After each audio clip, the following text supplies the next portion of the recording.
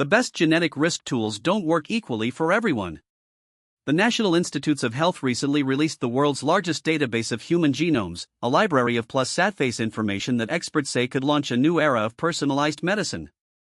From that data, scientists are building clinical tools, one of the most promising being polygenic risk scores.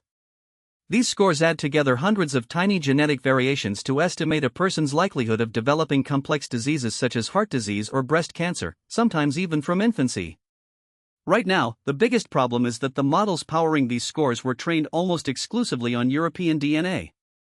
The UK Biobank, a celebrated resource that helped produce much prophetical research, is 94% white.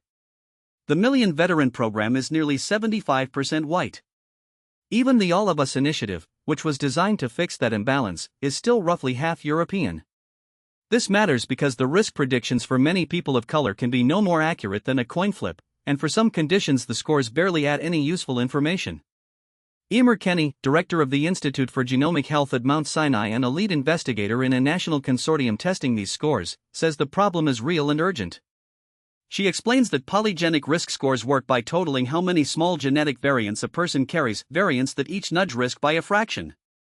When you combine them, you get a cumulative score that places a person in the risk spectrum. For someone in the top percentiles, doctors could intervene early, prescribing statins to lower cholesterol well before a heart attack or stroke could occur. That advantage disappears if the score isn't accurate for that patient's ancestry.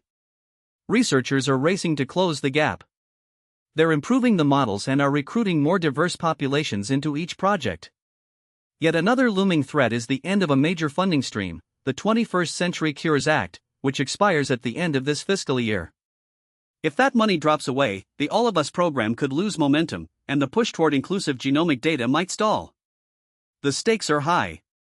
The world has seen technology that promises to reduce chronic disease, but if the genetic tools it relies on fail to match the diverse people who use them, the healthcare system could end up widening the very disparities it aims to fix.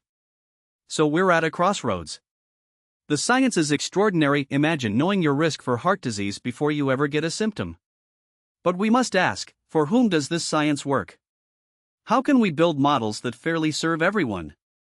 It's a question that will shape medicine for years to come. That's all for today.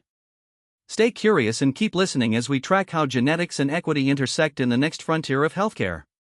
Until next time, take care and keep exploring the science that claims to help us live longer.